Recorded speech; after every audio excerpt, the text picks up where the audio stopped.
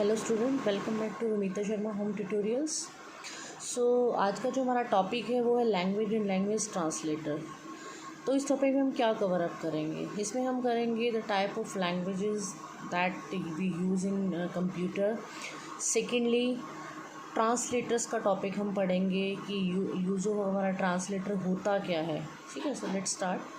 तो हमारा फर्स्ट जो टॉपिक है वो हमारा टाइप ऑफ लैंग्वेजेस। ठीक है, तो सबसे पहले हमारी आती है लो लेवल या मशीन लेवल लैंग्वेज, इसको बोलते हैं। जो सबसे पहले हमारे सिस्टम में प्रोग्रामिंग होती थी वो लो लेवल या मशीन लेवल में ही होती थी। तो ये कौन सी लैंग्वेज होती है? The language described in the form of 0 and 1s is called low level or machine level language. For example, 0 1 0 1, everything is done in the form of 0 and 1. इसको मशीन लैंग्वेज बोलते हैं क्योंकि जो हमारा प्रोसेसर है, जो हमारा सिस्टम है, वो सिर्फ क्या लैंग्वेज समझता है? हमारी मशीन लैंग्वेज समझता है। ठीक है, सेकेंडली हमारी क्या आती है? सेकेंडली हमारी इसमें आती है assembly level language. Assembly level language क्या होता है? Language in the form of mnemonics. Mnemonics means symbols. वो लैंग्वेज, वो प्रोग्रामिंग लैंग्वेज जिसमें हम प्रोग्रामिंग किस फॉर्म में करते हैं? सिम्बल्स की फॉर्म में करते हैं, उसको बोलते हैं असेंबली लेवल लैंग्वेज प्रोग्रामिंग। जैसे हर एक पर्टिकुलर ऑपरेशन के लिए हम एक सिंबल इसमें यूज़ करने लगे, ये हमारे ऑपरेंड्स हो गए, तो हमने क्या करना है? ए और बी को अगर ऐड करना है तो ये हमारा क्या होगा? इस तरह से सिंबल्स की फॉर्म में हम अपनी प्रोग्रामिंग को करने लगे। थर्ड जो हमारी आती है वो आती है हाई लेवल लैंग्वेज। वो लैंग्वेज जो हमारी किस में होती है? ह्यूमन अंडरस्टैंडेबल फॉर्मेट में होती है, वो होती है high level language. Just like English की तरह हमारी होती है। जैसे आज हम पढ़ें C++, जितनी भी लैंग्वेजेस हैं ये हाई लेवल लैंग्वेजेस हमारी आती हैं।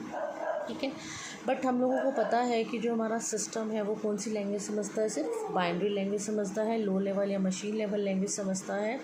तो जो भी प्रोग्रामिंग हमारी असेंबली लेवल लैंग्वेज या हाई लेवल में की जाती है उसको फाइनली किस में कन्वर्ट करना पड़ता है? हमें लो लेवल में करना पड़ता है to get an executable file और ऑब्जेक्ट कोड। ठीक है, तो उस केस के लिए हमें किसकी ज़रूरत पड़ती है? हमें लैंग्वेज ट्रांसलेटर की ज़रूरत पड़ती है। ठीक है, तो लैंग्वेज ट्रांसलेटर बेसिकली क्या होगा? लैंग्वेज ट्रांसलेटर क्या? It's a software use to convert one language into another language. इसमें लैंग्वेजेस कौन सी? कि असेंबली लैंग्वेज को लो लेवल में कन्वर्ट करना और हाई लेवल को लो लेवल में कन्वर्ट करना basically. So in computer use translate to convert high level और assembly level language into the machine level language. ठीक है, तो उसके लिए हमें किसकी ज़रूरत पड़ी? हमें ट्रांसलेटर की ज़रूरत पड़ी।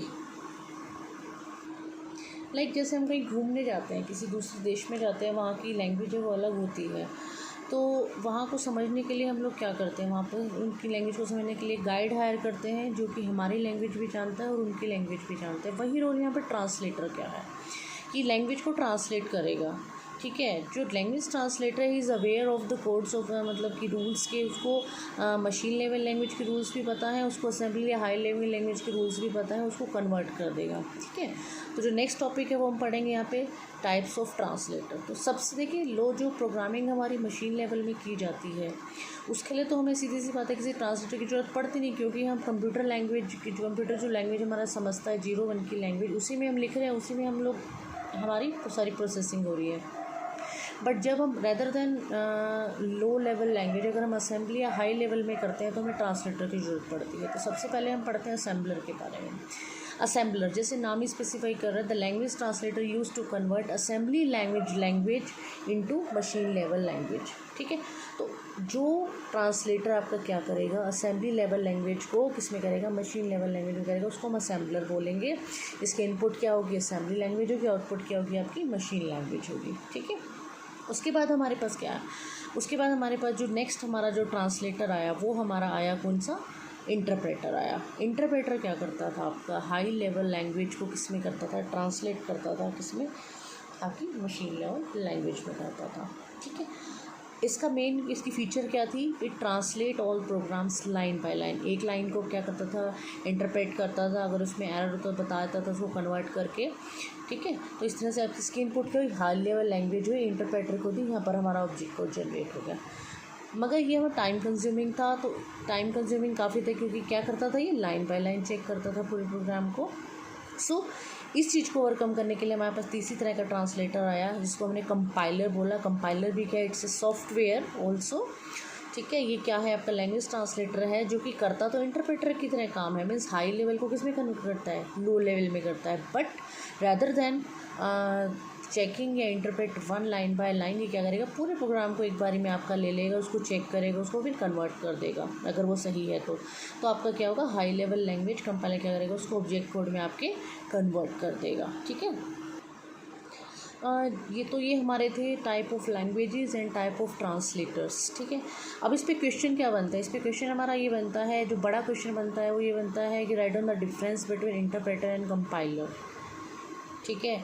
या आपका क्या आ जाता है, तीनों लैंग्वेजेस में डिफरेंस आ जाता है कि right on the difference between low level assembly language high level programming. ठीक है।